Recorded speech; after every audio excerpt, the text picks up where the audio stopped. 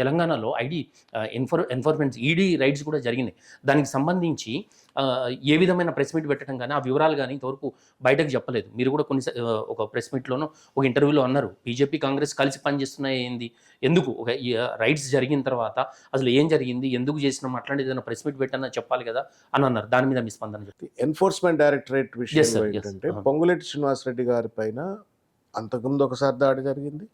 మళ్ళా కూడా నిన్న రైడ్ జరిగింది. రైడ్ జరిగిన తర్వాత దాదాపు 5 రోజుల పాటు రైడ్ జరిగింది. 16 బృందాలు వచ్చినాయి, రైడ్ చేసినారు, ఇక్కడ అక్కడ అంతా అని చెప్పినారు. చెప్పిన తర్వాత తేలుగుట్టిన దొంగల లెక్క ఎందుకున్నారు ఇంతవరకు? ఎందుకు తేలుగుట్టిన దొంగల లెక్క ఉన్నారు? ఇంతవరకు ఎన్ఫోర్స్మెంట్ డైరెక్టరేటు షరామామూలుగా చేయవలసినటువంటి ఒక పత్రికా సమావేశం, మీడియా బ్రీఫింగ్ ఎందుకు చేయలేదు? బయట సమాచారం 1600 కోట్లు అని చెప్పని వింటా ఉన్నాం, 1000 కోట్లు అని వింటా ఉన్నాం, 600 కోట్లు అని వింటా ఉన్నాం. ఒక లారీ నిండా నోట్ల లెక్కింపు మెషిన్లను తీసుకుపోయినట ఇంట్లోకి లెక్క పెట్టడానికి అని చెప్పని వింటా ఉన్నారు.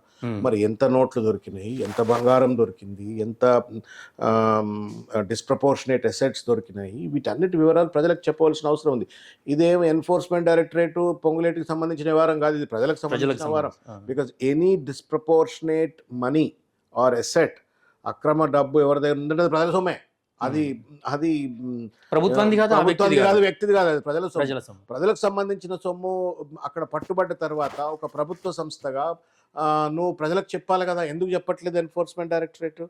Fundamental question. అంటే దీని వెనుక ఎక్కడో లోపాయకారి, అంటే ఇవాళ కేంద్రంలో ఉన్నటువంటి ఒక ప్రభుత్వంతో ఒక లోపాయకారి ఒప్పందం ఏమైనా ఉందా అనటానికి ఇప్పుడు ఇవాళ సోషల్ మీడియాలో పేపర్లో చూస్తూ ఉన్నాను.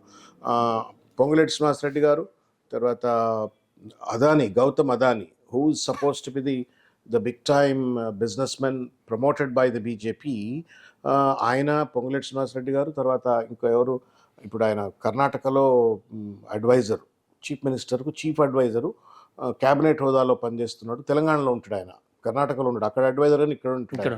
సునీల్ కనుగోలు అని చెప్పని ముగ్గురు కూడా ఐటీసీ కోహినూర్లో కలిసిండ్రు అని చెప్పని.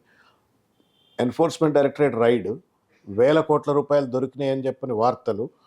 తర్వాత ఈడీ ఒక్కసారి కూడా ధృవీకరించలేదు, ప్రెస్ మీట్ పెట్టలేదు, తేలుగుట్టిన దొంగలు ఎక్కున్నారు. ఇమీడియట్గా రాత్రికి రాత్రి ఐటీసీ కోహినూర్ హోటల్లో మీటింగులు జరిగినాయి అని చెప్పని వార్తలు వస్తూ ఉన్నాయి. దీన్ని ఏమనుకోవాలో మీరు చెప్పండి. దీని అంతా ఒక అంచనా వేసి మీరు చెప్తా ఉన్నారా? మీరు అంచనా వేసుకోండి. ఇప్పుడు గౌతమ్ అదానికి పొంగులేటి శ్రీనివాసరెడ్డి తోటి ఏం పని? ఐటీసీ కోహినూర్లో సెక్రటరియట్లో కలవాలి కదా. సునీల్ కనుగోలు గారికి ఏం పని ఆ మీటింగ్లో కూర్చోడానికి? అంటే ఏదో ఒక లాబింగ్, నెట్వర్కింగ్. మరి ఆ కేసుని మనం చూసినాం గతంలో. అస్సాం ముఖ్యమంత్రి, సీఎం రమేష్, ఇంకా చాలామంది మన తెలుగు రాష్ట్రాలకు సంబంధించిన వాళ్ళు కావచ్చు, బయట రాష్ట్రాలకు సంబంధించిన వాళ్ళు కావచ్చు, ఈడీ రైడ్ కాగానే వాళ్ళు మళ్ళా సాఫ్రాన్ కండువా కప్పుకోగానే ఈడీ సైలెంట్ అయిపోతుంది, కేసులు ఉండవు అనేటువంటిది మనం చూస్తున్నాం. సో ఇట్లా ఏమైనా జరుగుతూ ఉందా? What is cooking up?